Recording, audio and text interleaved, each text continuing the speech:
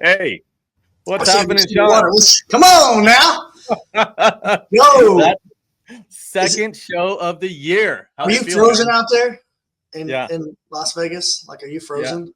yeah, No? yeah. It's like winter We're freaking wonderland. frozen back No, here, bro. no, really? Big We emergency. Yeah. I, Yeah. thi- I think we've had 300 days of no moisture or rain. Believe it or not, something crazy like that out here. I mean, Well, I think today was our first, maybe the second day all year that we actually worked. We've had no production until today. wow, I'm jealous. Full on I'm panic jealous. mode. I'm Full jealous. on. We before the show, before the fence show in September, we actually panicked to get the whole roof sealed around the back building. At our office because we always get rain, and not a single drop since. I swear, it's just it's frustrating. I almost want to put a bunch of water up there and test it. Just go put a sprinkler head up there and say, "I knew I fixed it." This water. Las Vegas will lose their mind if you just water the roof of your building. Could you imagine? And just tell them you're just doing it to keep the temperature down. Yeah, we're not even allowed to use real water when we shower. It's like we're on a different ball game. Right. Where's your hat, man? What did I see you purchasing a blue hat? A real deal, man. I went all in and got the bluest blue hat I think there is on the planet. I'm so proud of that thing. I can't believe I don't have it tonight. I'm stuck in the office. I'm 40 minutes away from it. But real from Fort Worth, Texas, this thing molded to my head. It was awesome. Great. You know what? Quick tip. Do you know where the cowboy hat, quick tip, not a tip. Do you know where the cowboy hat was invented? Take a guess. Why? Nowhere. Where? First hat.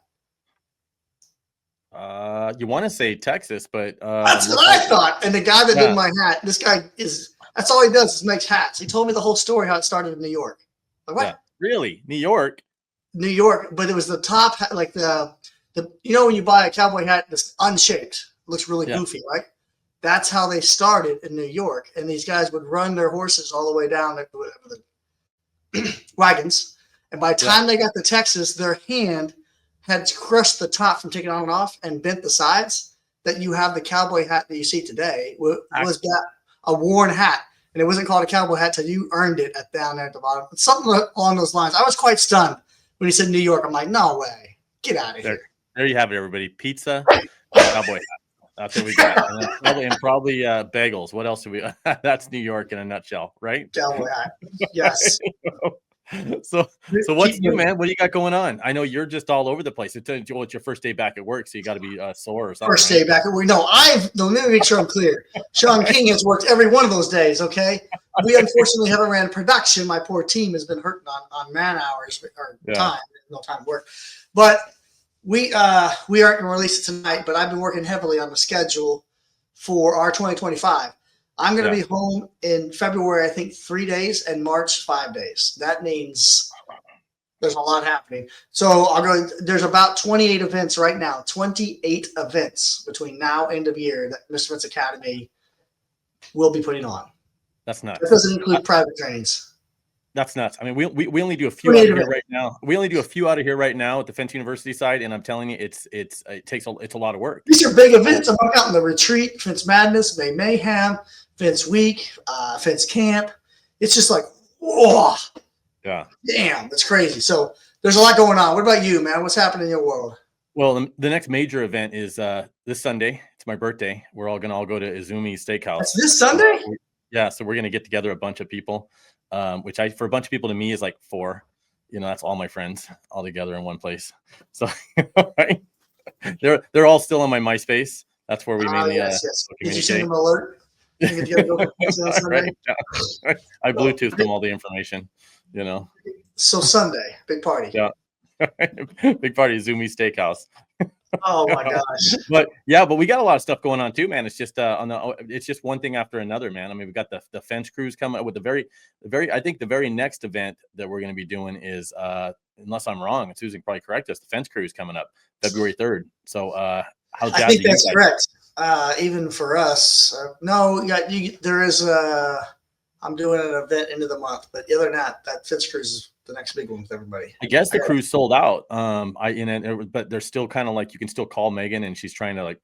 I think beg? She's so far. Can you beg? Beg, and she's so far been putting people on lists or something, and then as people are canceling, you're getting a room. Obviously the whole ship's not sold out of for fencers, but you know what I mean, all full of fencers, but it's definitely getting to the point where wait a minute. So wait, they're limiting the number of fencers we can put on this boat? Well, they limit the number of fencers everywhere you go. You know what I mean? Yeah. Come on, they haven't even let us on the boat yet. They don't even know what they have no idea what to expect. There's state laws. You can only They're have so many prejudging fencers. us. Yeah, there's state laws against having too many fencers together in Florida, I guess. I don't know what they're doing down there. No, but the whole ship is I guess the ship fills up. I mean, it's everybody's escaping the snow. And you know, I guess I didn't realize how big of a deal it was for people that are living up in those snow zones to go down south. You know, I'm looking forward to it. I am absolutely looking forward to spend some time on a boat. I love cruises anyway, so right up my alley. I love it. And to have a cruise with just fence people, yeah, come on, that's gonna be the best cruise I've ever been on, right? It's gonna be fun. It's gonna be fun. I know we're still putting together some sort of training of some sort, so we can all justify being on there. It's not gonna be training; it's gonna be called training. The IRS is listening. Training. How to properly hold your beer while the boat is swaying without spilling it, in case you're in, you know, just stuff like that. So it'll be very, very light hand. I got you. We'll be standing around the dinner table training and eating. Yeah. You and Heather's going too, so that's cool. Absolutely. It's gonna be fun. It's gonna be fun. And I know I haven't even got a full list of everybody that's going, so there'll be some interesting pictures and stuff. I have no idea. It's like a surprise. Yeah, and then right after that, we come back. There's 2 different events. When's your Fence in Texas one? March 6th. So March 6th and 7th. Yep. Okay. March 6th and 7th. So that much long after we get back. Yeah. Right. Well, about a month later. And right after that, I literally drive from Texas to Gatlinburg, Tennessee for the retreat. Oh, well, let's not forget though, right after the fence cruise though, I keep thinking March is after the fence cruise, but it's actually February. Right after that, we've got Fence University training at JC Gurry's place. So yes. We can't forget about that one. Let's see if we can find that. Yeah, so that's Wednesday the 12th, 13th, and 14th. That's a hands-on how to install a gate operator. You go to Fence University. Susan had these all lined up for us in order. We were supposed to. We just completely went backwards on that. Sorry. Well, that was because that was technically the next one. See, that's on her, man. That is on her. So see, everybody, Susan does make a mistake. Absolutely. You see? Yeah. Look out. Red lines. So that's cool. Look at this lineup. Look at this lineup, man. I don't know if this is a lineup or a mosh pit or what. Look at this, huh? Yes. 3 days. So 3 days of installation training on gate operator. Gonna put the real deal. All of it's going in. It's an actual gate operator being installed at JC Gurry's place. Now it's a gate and everything. Is that right? Yeah, the gate operator, the gate's already there. So there'll be some modifications to the gate and stuff. But Coyote Denali, which is a licensed contractor down in California, is actually the one that's going to be doing the work, since obviously he's licensed there to supervise the whole thing and make sure everything's getting built per all the local laws and regulations and stuff in the area, because it's a little different everywhere you go. So great lineup though. Yeah. So 12th, 13th, 14th, Fence University, if somebody's interested in that, that's going to come up quick right after the show. Now we got to get back on track, right? Yeah, I know. We're in the middle of it. So, speaking of California. Yep. Oh my God. Whatever's left of it, right? It's are you watching that? It's the way you cook your steaks. Well done. Yeah, well done. That's how I like my steaks. I think there's going to be some cheap property down there soon. If you ask me, I think you're going to see some of these people just aren't going to rebuild. I bet. You know, there's 14,000 structures or something. I don't know how you rebuild with the permits and the problems they got down there. That would be awful. Well, you see the irony, and they're saying now they're going to streamline permitting processes because the regulations are so horrible in California, similar like Nevada. It's so horrible that they have to go in now and waive all these regulations and stuff in order for people to be able to rebuild their homes in any kind of reasonable amount, because permits on anything, whether it's a fence, anything, takes 6-9 months. Yeah, so that's going to obviously drive up how long it takes to build them. But FWA, it's obviously closer to me personally down here. So we've gathered up already over 200 temporary panels, and we'll be staging those at a couple locations down there for members that are involved in it. And we're going to be going down there. We've already got a hold of, and Susan is already talking to the fire command and some of the city councils and some of these other places there. So as soon as it's safe to go in and they tell us where, we're going to be out there setting up temporary panels to help with security and help with some of the neighborhoods where they can't afford to put, fences up around them while they're waiting on insurance. It's awful to hear people down there, stealing and getting arrested for that and rummaging through. It's awful, man. It's already bad enough of that. The audacity of people take advantage of that. and that's what it's about. I mean, can you imagine losing all your possessions and the people, whether these are multi-million-dollar homes or whether it's $100,000 house, it's still, those are still pictures of your kids and Devastating. pictures Yeah. of your, family heirlooms and stuff that your family may have had that's been passed down. They're just gone. So Yeah. it's something else to see. So I think we want to go down and help them protect. And when people are, I guess, they're dressing up like firemen, even they're sneaking in there and they're sifting through people's, people's half burnt buildings and half burnt houses and, take anything of value. So if we can do something to help with that, and then obviously there's going to be a lot of fences.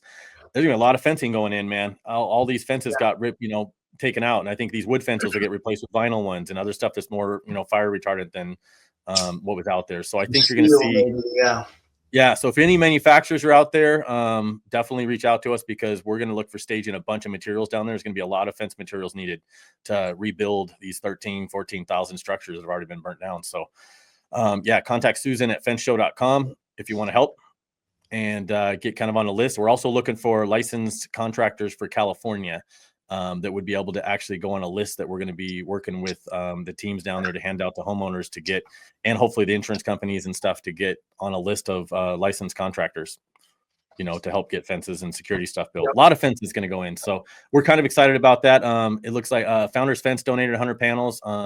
I donated 100 panels, Las Vegas Fence as well. That's going to go into this thing. So we need more panels and some fence materials. And you probably need like 10,000 panels. Oh man. There's going to be a shortage eventually of panels. It's like a apocalyptic down there, man. It's just something else to see. Yeah. But also NAFCA. Yeah. So they announced today, they got this 3 events coming up. These are community projects. These are, non-for-profit helping out our nation, right? So you got the service project that's going to be in North Carolina, obviously where they were struck and hit the hardest, right? There's another project in Southwestern PA that is, helping the community out. So it's a non-for-profit community partner. I don't think they going to release the name of what it is yet, but they need fence for families. How about that? Yeah. And so the fence is being donated, and we're looking for people to go there and help install it. So NAFCA is going to lead the way on that. And then NAFCA generally does a yearly project at Arlington National Cemetery. Almost always have done this. These additional projects that they're adding on because NAFCA is really taking the forefront for leading the way on these helping out our community partners. So the Arlington project is going to happen again. There's no exact date on Arlington just yet. It's about 580 feet of 8-foot tall aluminum fence, broke up in 3 segments. There's a tear out, and whatever gets tore out has to be reinstalled the same day. So we'd like to see 3 independent team leaders that were willing to take up and say, I'll take a third, take a third, take a third, and get volunteers under them. So we're looking for 3. That's why there's no set date there right now. We're looking to coordinate that so that we can get the maximum number of some good team leads there that could run their segment with some volunteers under them to make sure that we can get this fence down and back up and perfect for the Arlington National Cemetery. How do they reach out? Who do they reach out to volunteer for some of that Arlington Cemetery stuff? Generally, Al Martins, Clint Imes, myself, we're all available. NAFCA's got a website. You can go to Facebook page as well. We'll look for a link and I'll get it in the comments for you guys. Call. Well, and they'll be and typically they're at the fence show. NAFCA typically has a booth at the fence show, so that's October 1st. So that's a good time also to walk up and talk to Clint and become part of NAFCA, right? Yeah. So NAFCA is a great association, and what they're doing is they're really focusing on helping those in need, right? Just like you are with the panels down in California, but their main focus is how do we pull everyone together, and they're taking the lead on that and get these projects. So we all love doing projects to help everybody else out. I mean, we just need help in figuring out where to go and when to do it. Lots to do, man. Lots to do. Yep. Another big event coming up, CMM's event right here, April 11th and 12th. It's an open house. We will be there putting on some no-dig demonstrations as well for 2 days. There's lunch out there. There's going to be a bus to the baseball game. So tickets provided for the game and fireworks after the game as well. So that'll be way up north of Indiana. Good ways from me, but I'll be there with the bus and the war wagon. Yeah. What was that just came up? I don't know. All that? That's documents. I don't know.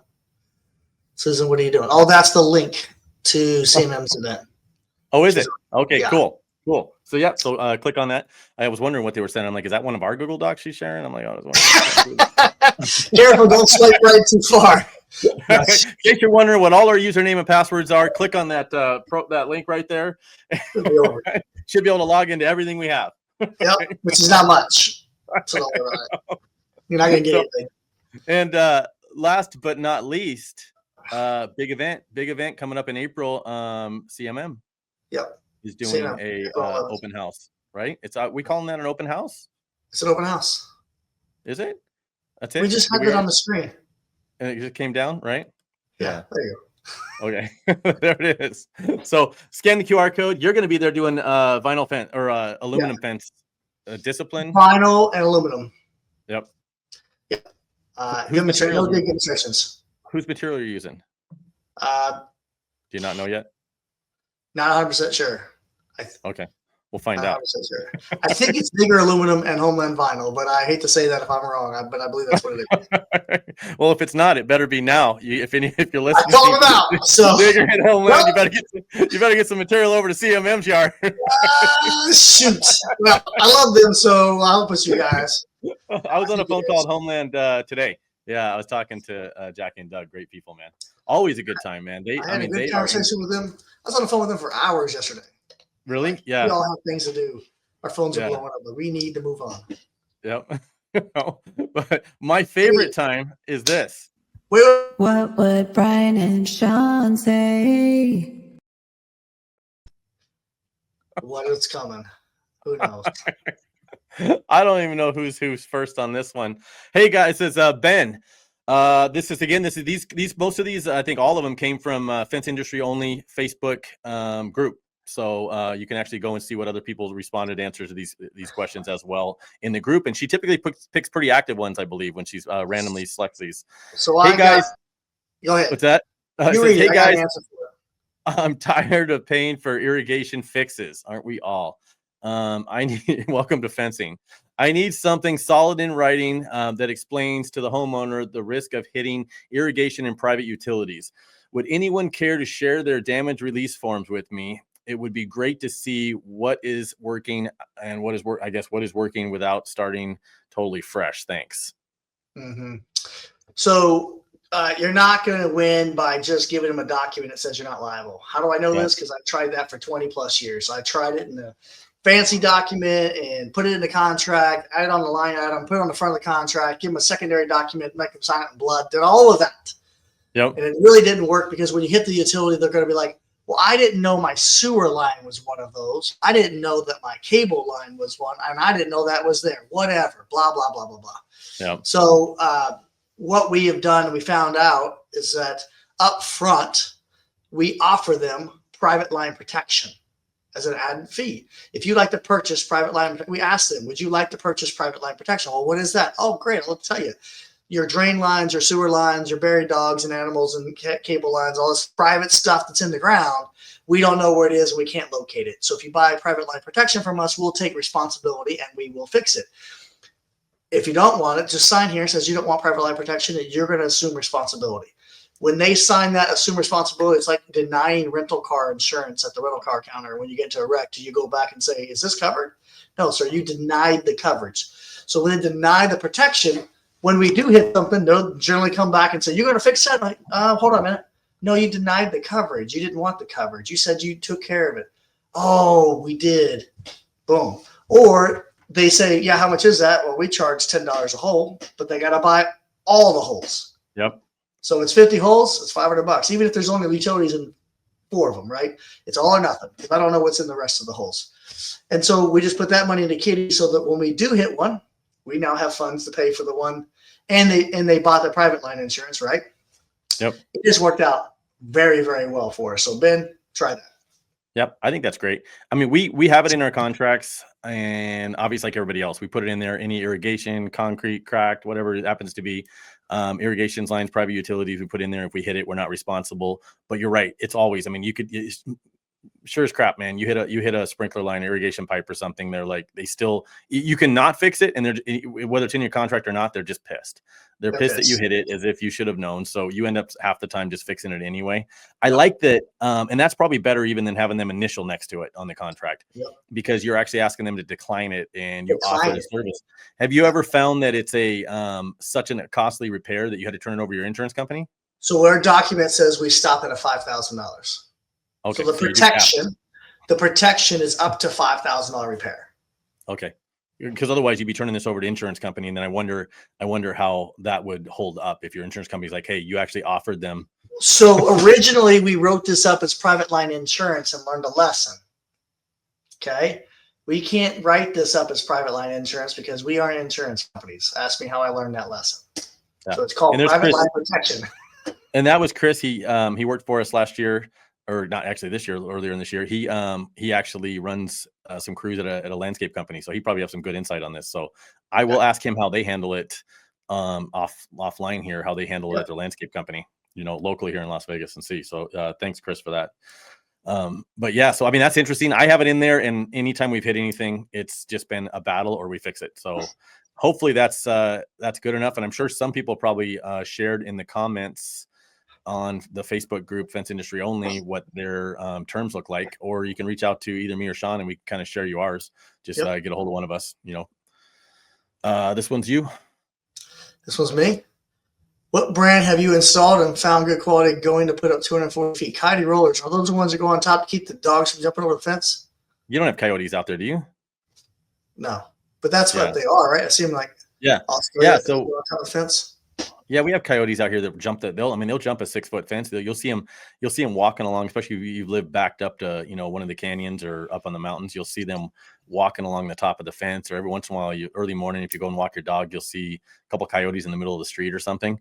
And these coyote rollers, we make our own, and they make a bunch of different brands, but you just go online and buy them. I don't know of an actual brand name of coyote rollers though, but you could, if you have a shop, I guess you could just take some pieces of pipe or something and we used to make them out of like PVC pipe. You take a piece of 1 3/8 and then you take like some 2-inch PVC and you just kind of put it over that. And then when they go up there, it kind of rolls. But I don't know a brand. Can you think of a brand of coyote rollers? I've never installed them in my life. I've never had a customer ask me. I think we should go back in the group and see if people I'm sure somebody commented. No, it just says 31 recent comments. Poor Joe. And that was after 35 minutes, it had 31 post reach. So I bet you somebody was commenting. I don't know when that was posted. Yeah. Rising contributor. Hey, thanks, Joe. Daryl, man, he's in there a lot. Look at all-star contributor. Yes. Daryl Sullivan. Has anybody done a cross buck fence where did I say that right? Cross buck fence where the cross was half lapped as opposed to bending one board? Pros and cons, picks. So I know what he's talking about. So when they cross here, they wouldn't bow around each other. If you were to half lap that, you would have to make sure that you are completely perfectly flat, because when those things goes up and down a grade, that joint will change. And so the degree that you cut the half lap at, it won't be 45 degrees or 22, whatever it is, it won't be the same on the next one and the next one and the next one. And it would be just awful to try to figure out the degree. If it's perfectly, absolutely flat, like a railing, you could probably manufacture those and cut that half lap out. Yeah. We don't do much wood, but if I did, I'd use a lot of Elmer's glue and make sure that wherever it was like crossing over each other, you put a nice thick coat of Elmer's glue in there so that it doesn't separate as it contracts. Expands and contracts. Yeah. Great questions, everybody. Go to Fence Industry Only if you want to see what everybody commented on. It's easy to find. Go Facebook and type in Fence Industry Only. Front Rock's on here right now. Front Rock. Oh, is he? Yeah. He's got his own magazine coming out. Oh, that's right. I'm supposed to get him an article by Friday. I'm supposed to too. We're going to be working on that. That's what I need to do tonight.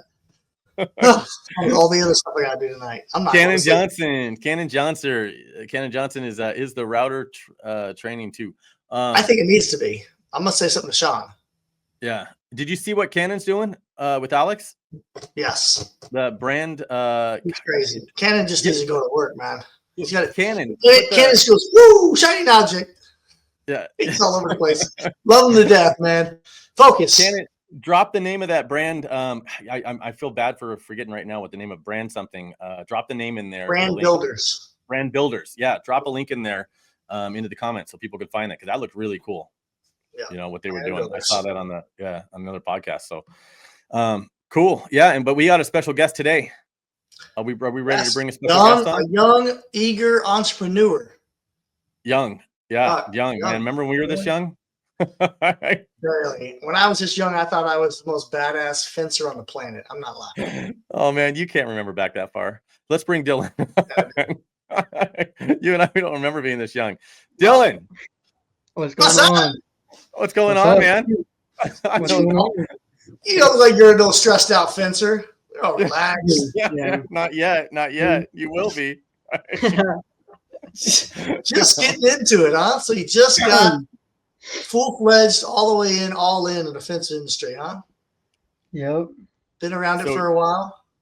So you just bought a franchise, which is interesting because franchises are really taking off in the U.S.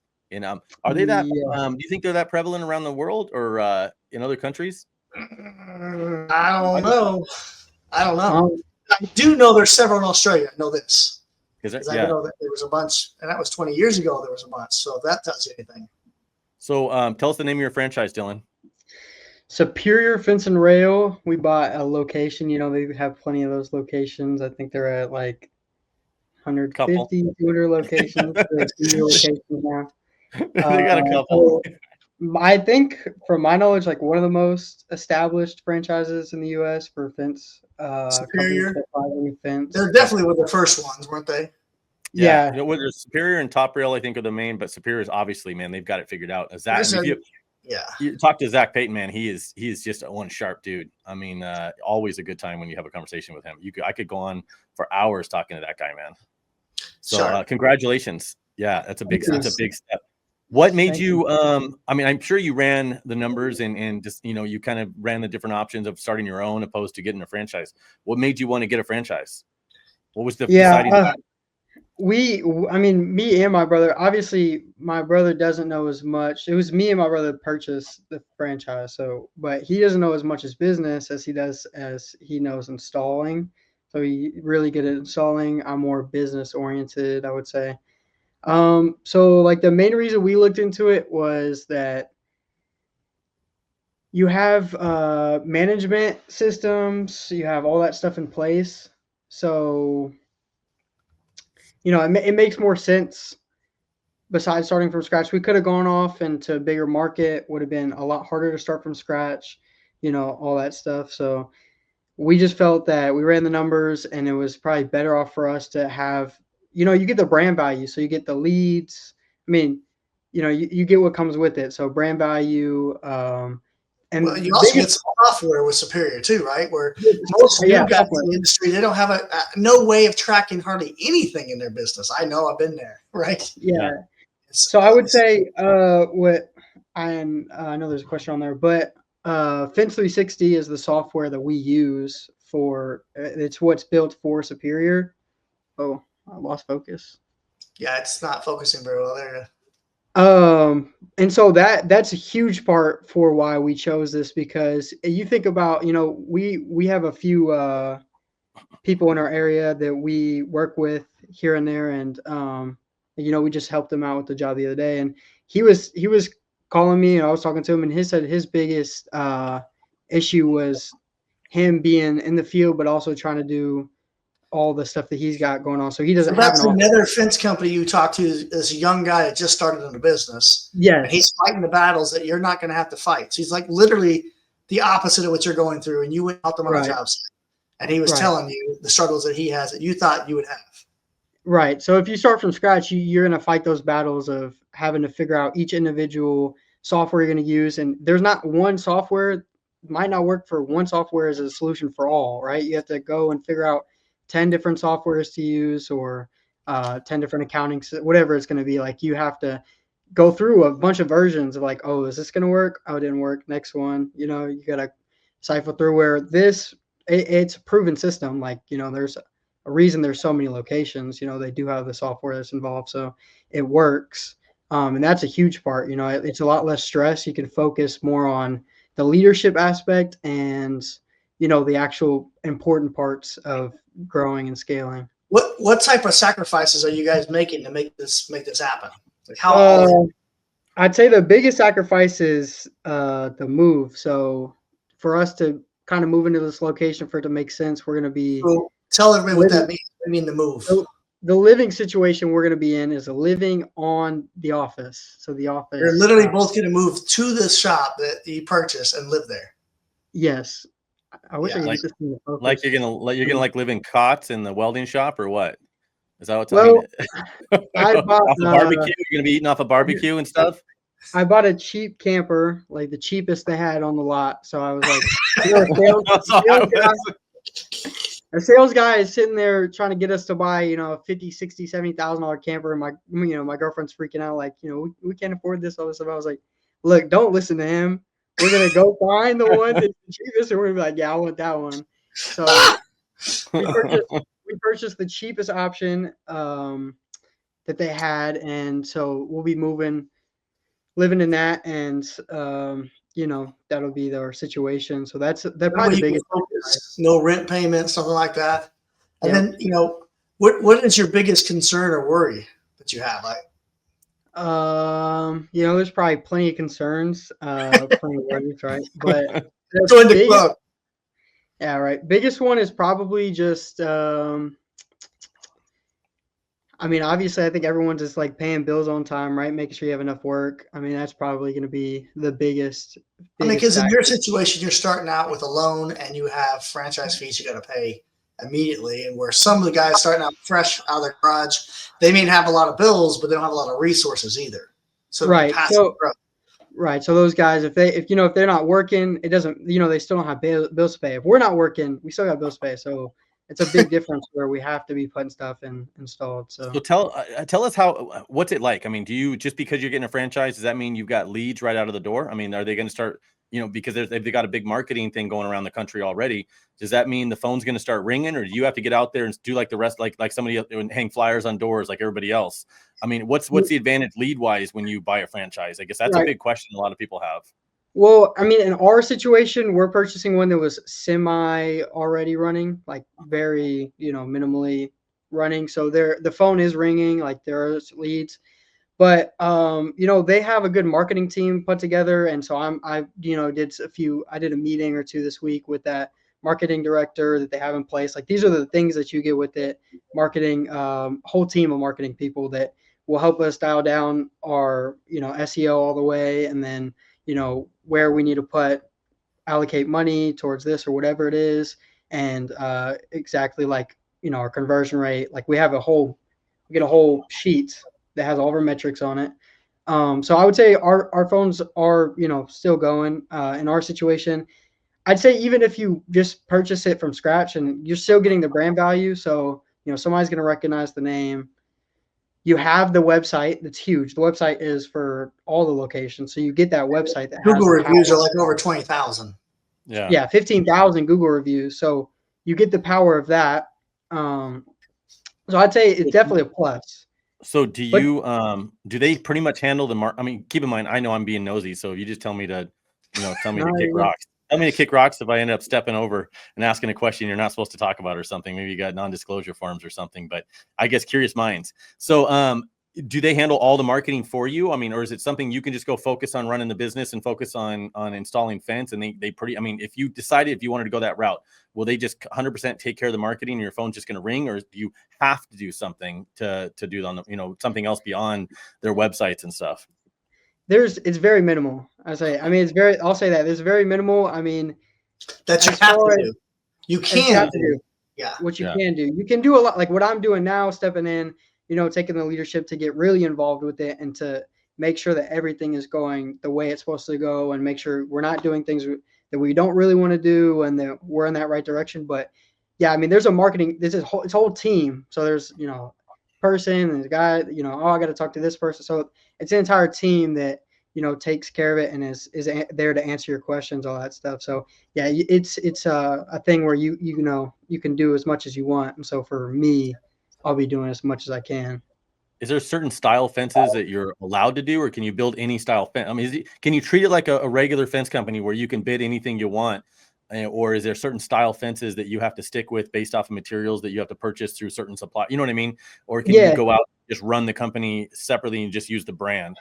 There's probably a few limitations, very, very minimal limitations, same thing. But for the most part, yeah, I mean, you can order, you can install what you want to install, bid what you want to do. We have territory, so we can't go outside of that. But they give you vendors you could buy from, but you don't have to buy from. But you don't have to buy. So you get buying power. Is that right? Buying power, right? As if you were a Mr. Fence, right? Yeah. Whereas if you were a brand new fence company, that's not going to happen.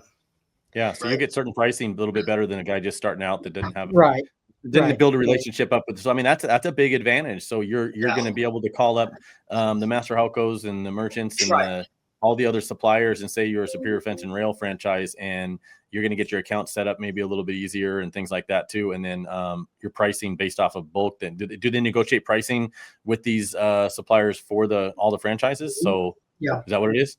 That's great. Yeah, that's a big advantage to somebody starting out, because that takes years and years to build that up. So congratulations on that, man. Absolutely. I'm going to start getting my materials through you. It appears, you know what I mean? Possible. You'll be flipping some truckloads of materials over to Las Vegas Fence, hooking me up, man, hooking me up with your deals. So Dylan, what do you think your strongest trait's going to be for you to be successful that you're bringing to the table? Like leadership.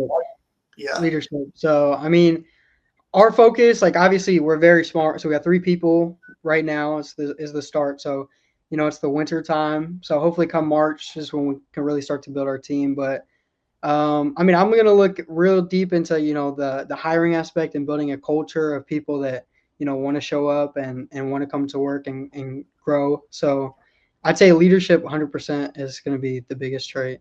Nice. What kind of leadership training do you have you done any? What makes you think you're going to be a good leader? Is it something you want to strive to be a good leader, or you got some experience in leadership that you're excited to share? I mean, from previous experience, just from I've had a few other small businesses. I've always been the one that's taken the leadership to figure out what goals we're going to put out, what steps we're going to take to hit those goals, and kind of this isn't the first time you've had people work for you. Yeah. No. And how did it go when you had people working for you? I mean, it was fun, but that was it was fun. That's the same look we all get. Well, it was fun. So they don't work as hard as you do, right? No matter who you hire, right? It just doesn't happen. Is that right? But so how much experience in the fence industry do you have? If you had to put it in years, or what would you say your experience in fencing is? Me versus my brother, he's got obviously a ton more. I mean, me like solid years, I'd say like 3 or 4, like solid 4 or 5. I mean, I've been touching it, doing it forever, but like actually, starting to learn and experience that, like probably more towards freshman, sophomore year of high school. And then I kind of stepped out of it for a little bit, and then now I'm back. So you got 3 or 4, and then you and your brother bought this franchise. So your brother has how many years, you think? Probably now 8, 9. I don't know. He started working full time when he was sophomore. So sophomore, junior, whatever. This is interesting. This you're 21, and how old is your brother then? 22. Yeah. So this breaks that stigma. A lot of people think that when you see a franchise, it's somebody that's been in the business less than a year. You guys are 10 years or more combined experience purchasing and running a franchise. So it's not just people that are inexperienced in the industry, is what it's interesting to hear, isn't it? Yeah. That's very true. Yeah. That could be some of the newer companies. It could be something to look at, right? They got 3 or 4 years experience. They're grinding it out, and they're seeing the troubles that Dylan was talking about just now. And franchise might be an option to look at. Change your name and jump on board and use experience you already have and launch it, maybe. Yeah, that's interesting. I'd like to get more of the franchises that have been established for a little while on here and talk. And I'd like to research and see how many of these franchises. I think there's a lot of them out there that have been doing it for a while that just decided they wanted some of the organization and the structure. So you said Fence 360 was the software. Was that is that a software that comes with the franchise? Yeah, it's there. It's from what I understand, it's what they built. Yeah, they made that software, and it's soup to nuts. It's everything: the bidding, the ordering, the inventory. I mean, every little aspect you can think of. We have all of our leads in there. So like, me and my sales lady, we have a very coordinated plan with all of our leads, and we know what's going on with every single one, so we can follow up with everybody. And so so imagine being organized enough that on your screen you have every call, every email, every lead, every person, and it's telling you when the phone rang and when you called them back and when you sold the job. The software does that. If they closed out, like if the lead was lost, if it's a good lead, bad lead, kind of all that stuff. Yeah, and that's then cool. You got bidding, schedule. Well, there's you have all your stuff on there, contracts, your billing, all that stuff. So, is there any advice you give to another young entrepreneur in your shoes, maybe the 18 to 21-year-old? Like, is not sure about it? Is there anything you would tell them? Start. That's it. It's good advice. Just start. Just do it. Start digging holes, right? I say, you got to be. You got like everything else. You got to be digging holes within 5 minutes of getting on the job, right? Just start. I'd say I graduated with a lot of people that are talking about owning businesses as well, and they're all in college now doing the same thing as like going to get a business management degree, all that stuff. And I'll talk to some of these people a few times, and they're all still talking about how they're going to own a business or whatever this is, but I feel like that you don't get any hands-on experience, so you don't actually get the doing it part, and so a lot of them procrastinate doing it, or you don't really get the full feel for it, which is what it's actually going to be. Yeah. Mm-hmm. Yeah. So how excited are you? On a scale of 1 to 10, how excited are you to get that? I mean, have you done your first job yet since you purchased the franchise? We're very close. We are very close. We lost 2 weeks of production, so just like we did. Yeah, they lost 2 weeks. Snowed in. So he's a typical contractor already, man. Typical contractor. He's already got excuses of why he's 2 weeks behind. Look at this, huh? We did install today. But so you got one on the ground today. What's going to be your first fence? Tell us about your first fence job you're going to be doing. Do you have it sold already? You said you started it? Yeah, we have a commercial chain link, just very small commercial chain link job for our first one. So very small. It's going to be 6-foot commercial chain link. It's for Downey Professional, which is like they're a contractor that is near us. So are you actually out there working on it already yourself? Are you going to be digging holes and are you? Yeah, I'll be installing for foreseeable future for sure. Are you guys digging holes or pounding poles? Pounding posts. The biggest thing that I would say is that digging holes for us is like obviously it's the last thing that we want to do. I feel like once you start to try to touch a hole, everything just goes downhill. So. When you try to dig a hole, it all goes downhill, Brian. I don't know, man. I mean, we drive some temporary fences, but the rest of it any permanent we set. Right? I mean, I'm just experience. From my experience, from being in the field and being somebody that's actually installing, I just know like when you go to install a fence, we would do this all the time is, the first part of the day, like, you're excited, whatever. And that just goes straight down, just goes just from, if you're digging holes, when you're digging holes, when let's just say something messes up and augers, hard digging, whatever it is, and it's like a curve. It just starts to go down slower and slower. I feel like with the pounding, it's just so much easier on everything, stress, body, all that stuff, that once you get past that part, you're just attaching stuff, right? You're just building for the fence from what you have. It's a lot easier. Well, you got that marshmallow ground out there, that easy digging stuff, man. That's why you guys can just pound that. You guys just walk out there and just kind of stick that post in the ground. I don't even know. I see those videos. How many jobs have you sold so far? We are at 3 jobs sold. We have a few that we're working on. We're trying to get chasing. You can't count until they're done, buddy. So, 3 jobs. You got 3 jobs already? Can I borrow some money? I mean, huh? I need to get some inventory. Look at you, man. You're just off running. We'll see. I mean, we need a few more for the month comes up. So we'll be chasing them for sure. Get some bills to pay. Well, cool. Well, we actually have a cool little picture of you and your brother, I believe, purchasing it. Let's pop that up. Oh, okay. There you go. Look at that. Look at that. So There you it is. purchased a franchise. Were you just there, Sean, just to say hi when these guys were purchasing this? Or No, what? Dad was very proud of the boys buying it. They bought it from us. Yes. That's cool. That's cool. Yes. Well, passing on some knowledge, I'm sure, with that agreement there. So these guys went out there, got yourself a business loan. I mean, you had to learn a lot about business really quick, huh? For sure. Yeah, we're gonna be learning a lot for it's gonna be a nonstop learning for a while. Yeah, they're starting out with a lot of things that most of us didn't. I know when I first started out, I surely didn't have a Ford truck and a router and flatbed trucks a lot, and so out the gate they have all that.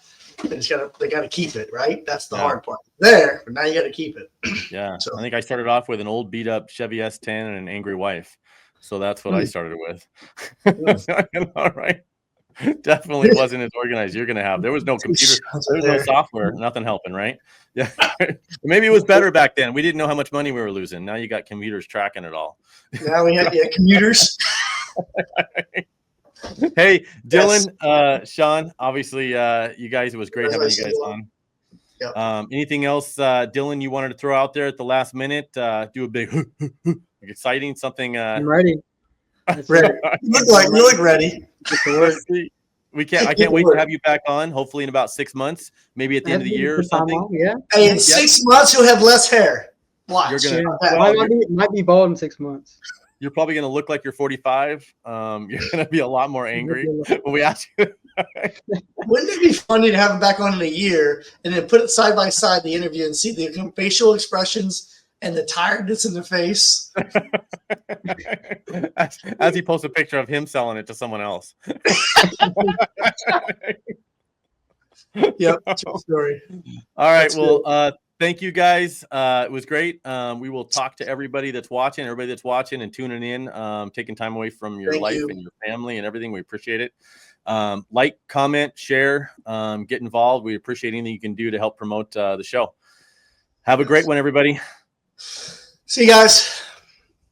Adios. Grandiose.